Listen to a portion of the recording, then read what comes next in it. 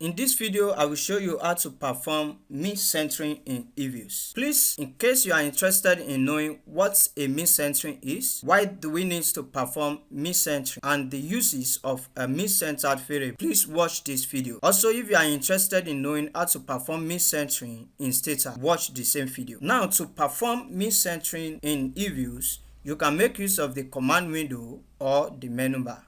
Now, for the command window, you need to start with series, then the name of the variable you want to generate, that actual variable minus the mean of that particular variable. For instance, if I want to generate mean-centered inflation, what I need to do is to either use the command window or the menu bar. So let me start with the command window. So I need to say series, the name of the new variable I want to generate, inflation center.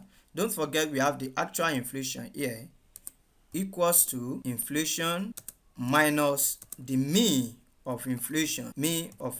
Once I press enter, this new variable will come up here. It will be generated automatically. So let me do that. You can now see that I now have the mean inflation center, mean centered inflation. So let me show you the actual and the new variable. Here is the raw variable, and this is the mean centered inflation, and this is the formula that was used to generate this. I said you can also use the menu bar. So to use the menu bar, what you just need to do is you can copy this formula, then you go to quick, you click on generate series. After that, here you can paste this formula, but you need to now delete these parts. You understand? You can only include series when you are using command window.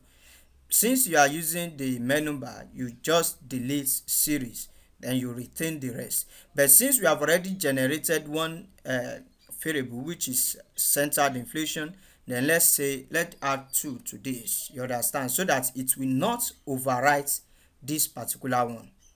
Now let me click OK. You can now see that we have first centered and the second centered. Let me open it and open the actual too. Right click, open as group. You can see that the first one and the second one are the same, while this is the raw values of inflation. So it is something that is very straightforward. Also take note that you cannot log this particular variable. You cannot log this one, the mean centered inflation, because it's already in negative. And don't forget, the formula that we use is the mean of the actual inflation subtracted from the actual inflation. Another thing I want you to take note is that you should not use ordinary inflation. If you didn't give it a different name, this particular variable will override this one. It will override the actual inflation.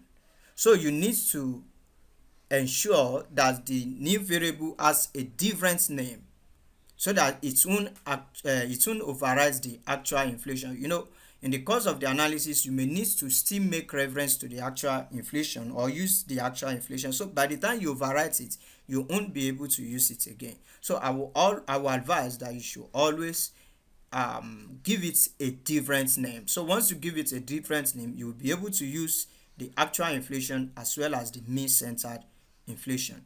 So with this, we have come to the end of this particular video. Please don't forget to subscribe to our channel.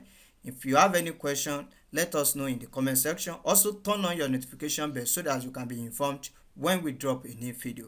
Of course, you can like our video, share with your friends and colleagues. Thank you.